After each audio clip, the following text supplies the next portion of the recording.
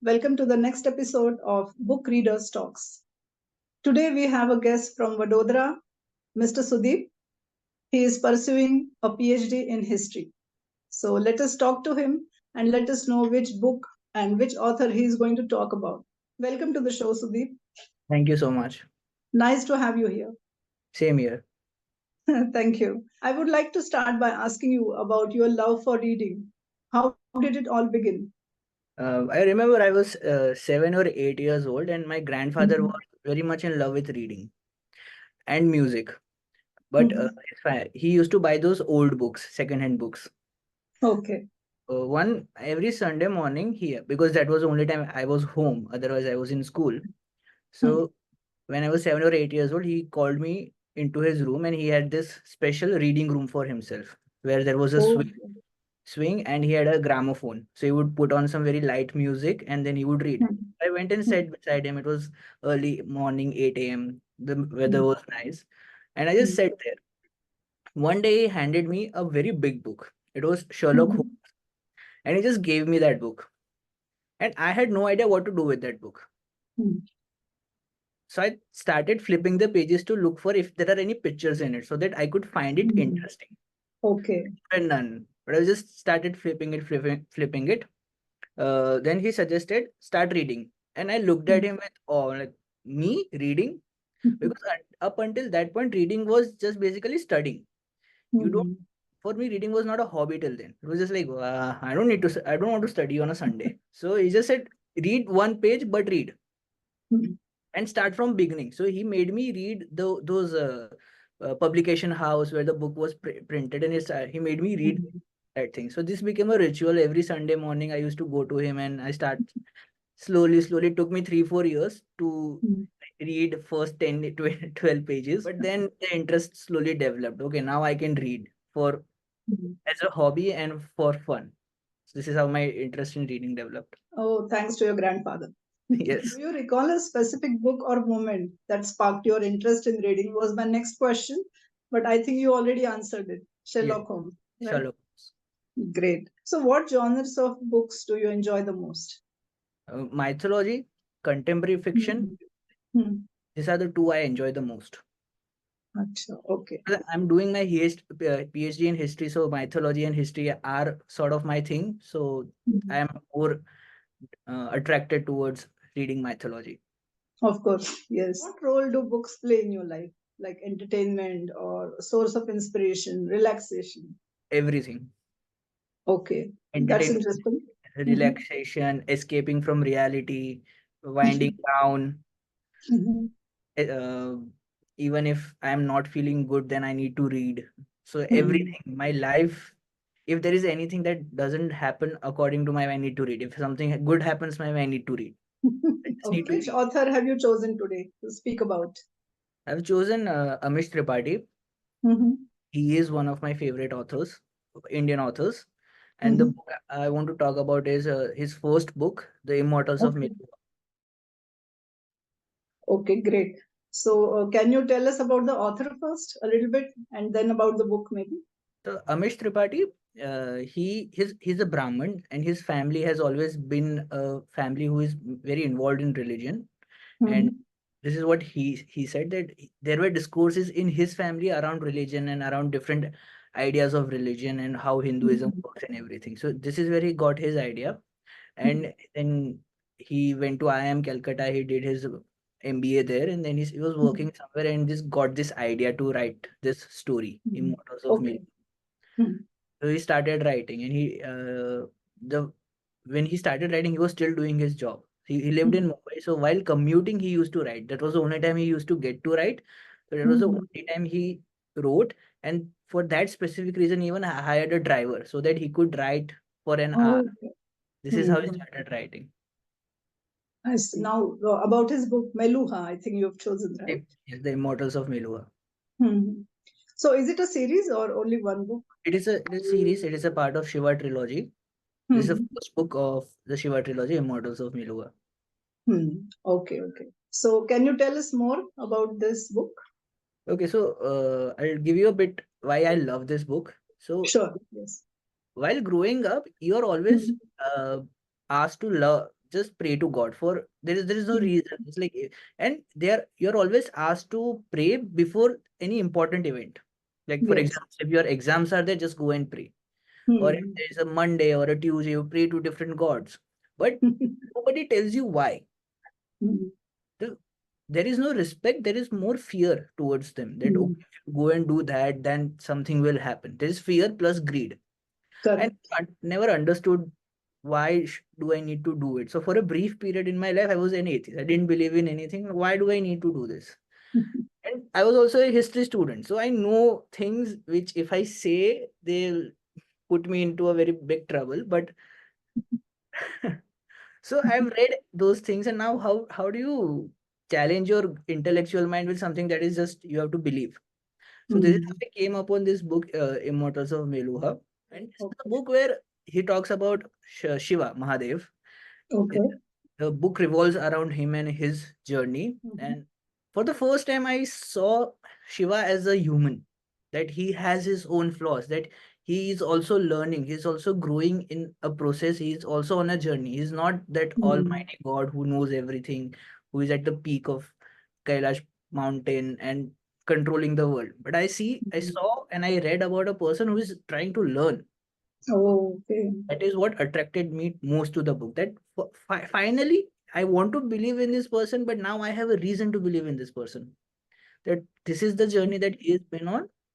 Hmm. And second, he has if you have heard about Indus Valley civilization, Yeah. it was a 2500-year-old civilization. So Hmm. Mahadev and this Indus Valley civilization, they come together in this book, and the whole story Oh. revolves around it. So Hmm.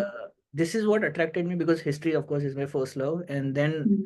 one thing that I really want to believe in, but had no reason, now I can. Okay, okay. So this book is changing your perspectives towards life and towards other things also. Yes, there are some great quotes, and one of my favorite things about this book is that Hmm.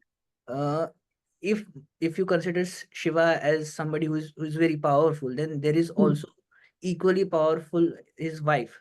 Her name is Sati. In this Hmm. book, and she is equally powerful, equally fierce, and even more stronger mentally than. Hmm. So Okay. there is inequality. There is no patriarchy. There are no gendered politics involved in this. So it's a very Hmm. e- uh, balanced book for me. And this is what I like. That there are people who do this, and there are people who want to write about equality and not Hmm. just make it a point of discussion. Can you tell us one by one about the three books, all the three books in the trilogy? Okay, so the first book is Immortals of Meluha. Uh, Hmm. the Shiva, the character, he is born in foothills of Mount Kailash, Hmm. and he's a tribal man. He has no idea what civilization is and how Hmm. civilizations work. He just knows how to hunt and save Hmm. yourself from cold. These are the two things he knows. So because of that, he has naturally built a stamina and a good body. Hmm. So now he's been invited to Meluha to migrate, because they Okay. are offering housing to new residents, Meluhan city. Hmm. It's a very prosperous and rich city. Hmm. And there is this legend going around in the city that one day a Mahadev will come. Shiva is just Hmm. a normal person up until now. He is not a Mahadev. Okay. So, a Mahadev will come and he will save he'll save India, because at that point there Hmm. was no concept of world. So India as Hmm. a world from whatever evil is going around. This was the whole idea, and everybody Hmm. believed in that. Meluha as a Hmm. city was established by Lord Ram Hmm. after he left Ayodhya. So this is a Okay. precursor to that. Hmm. Now Shiva is invited, and there is this one drink called Somras which lengthens your life. Okay. Everybody in Melua is between 70 to 200 years old, and they look like they are 30 or 40 because of this Somras, which slows Okay. the aging process. So Shiva Hmm. comes, he consumes that Somras, and his throat turns blue, which is a very important characteristic of a Mahadev. Hmm.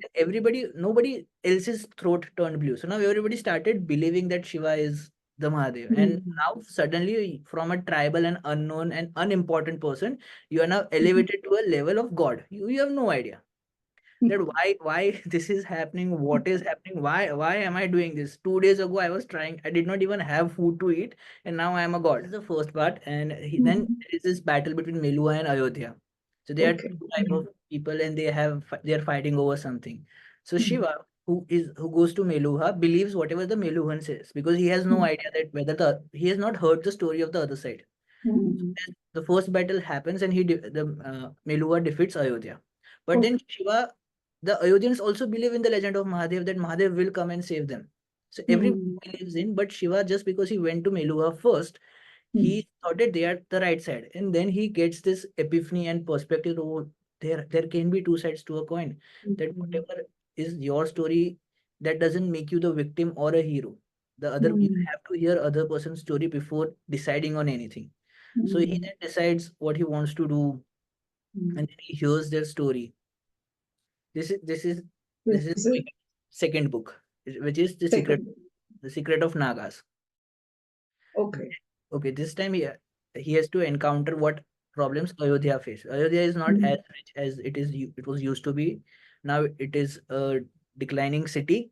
Then he has Mhm. to again tackle everything, where people are again considering him as a god. Mhm. Mhm. How do you tackle that? Everybody thinks that he'll save them, but he has no idea what the problem is and what he needs to save, because from his last experience in that battle, he has no idea what the problem is. So now first he has to Mhm. figure out what the problem is, and then find a solution to it. Mhm. And the only way he could do is was to just go around and talk to people. But if he goes and talk to people, people just magically assumes that he'll just going to heal them, rid them of Mhm. poverty, rid them of diseases, but that is not going to happen. Mhm. Now we go into the third book. So the Okay. third book, we finally find out what the problem is. The problem Mhm. is basically Somras, Oh, okay. right? So what Mhm. happens is, manufacturing Somras is a very tedious Mhm. process. It uses a lot of wood, and it specifically needs water of an ancient river, Saraswati River, which Oh, doesn't okay. exist anymore. So a copious amounts of water was being used, Mhm. and because of that, the Saraswati was not reaching to the sea. It was ending somewhere in Rajasthan. This was the whole idea, that you Mhm. are eating up the river which is supposedly giving you everything. And Mhm. then the waste that was getting produced from the manufacturing process was just they went to Himalaya and just threw it there. Okay. The river they chose, they thought it goes into Tibet and it doesn't come down. But that river is Brahmaputra, and eventually it comes back to Bengal. Oh, okay. And that waste material which they were dumping in Brahmaputra is plaguing Bengal. Everybody is ill there. There is no solution to it, and they also believe in the legend of Mahadev. Mhm.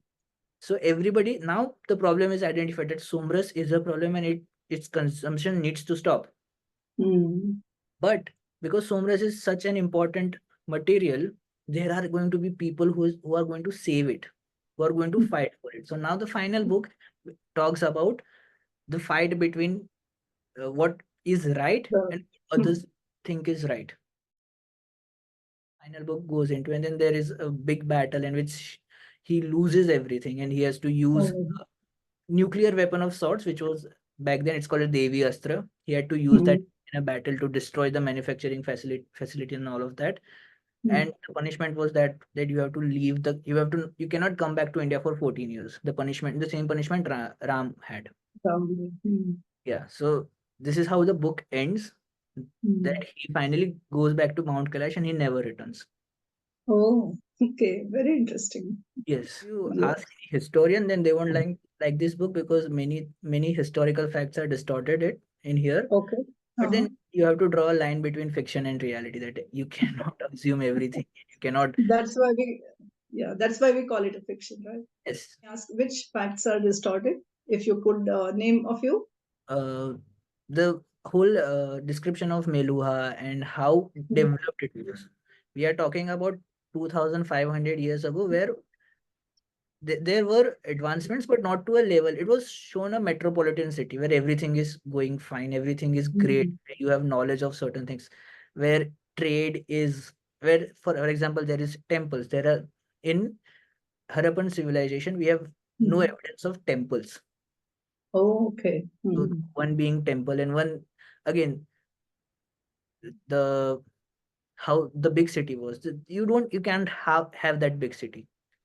The size of the city, the population, everything was it was it was made to a point where it was exaggerated. But for that you have to need to know history. If you don't know history, then it works. You're a historian, Yes. and still you found this trilogy interesting. So that is interesting. Yeah, but it's I loving. mean, yeah, You cannot always be a flag bearer of everything that you can't do this, you can't do that. It doesn't work that way. it doesn't work that way. Yeah. Right. That's why we read fiction, I think. We want to Yes. get away from all these things. Yeah. Escaping the Yeah. reality. I always say it. So can you quote a few lines which you enjoyed the most from Yes. this book? Yes, I can. Whether a man is a legend or not is decided by history, not by fortune tellers. The most powerful force in a woman's life is the need to be appreciated, loved, and cherished for whatever she is. The opposite of love is not hate, it's apathy. This is from the first book. From the Mhm. second book, a man becomes a Mahadev when he fights for good. There's Hmm. your truth and there is my truth. As for universal truth, it doesn't exist. Last one. And everything between creation and next destruction is the journey of life. The key question isn't what is evil. The key question is when does good become evil? Delusion create most compelling of beliefs. These are one of Oh, favorite quotes from the series. oh, Yes, okay. I've even met Amish and I have an autographed book of him. Oh, really? Yes. Wow. Please share the experience. It's wonderful. And I'm not someone who gets in awe of someone that oh, but when I Hmm. saw him and I've heard him twice. Once it was in Jaipur Literature Festival, and second he came to Vadodara when his book Ravana was releasing, and it was a surreal experience Hmm. to see him. And then he signed like Sudeep, thank you for reading my books, and like Oh, yeah. fanboy moment. Fanboy moment. Yes, Wow. Okay. Great. So you would definitely recommend yes, this books, this trilogy to yes, the readers. yes. Everyone should read it. You'll get Okay. to know a little bit about history, a little bit about Mahadev, and if you are an atheist and trying to find meaning in something, then this might help. Oh, okay. Sudeep, in which languages do you read uh, other than English? Gujarati, but because Mhm. I've I've been trained to read in English always, so reading in Gujarati becomes a bit difficult. It takes me a lot of time because earlier I used to read in Gujarati and then translate it to English. Now I think in English and I translate it to Gujarati. Gujarati is my Oh mother, my God. but it is a very tedious task. English is the primary language I read in. Okay. My And grants Gujarati. left me over 700 books. So, Oh, you have a big collection then. yes, 500 of my own and 700 of his, so around 1200 books. Oh my God. A library of your own. This Yes, was a nice discussion, Sudeep. thank Thank you. you so much. Thank you for having me. It's so nice to talk about books. That's okay. Thank you so much. Thank you. Thank you everyone for watching. If you want to participate in the show and speak about the books you read or your favorite authors or your favorite books, do send me a message. See you in the next episode. Thank you. Bye bye.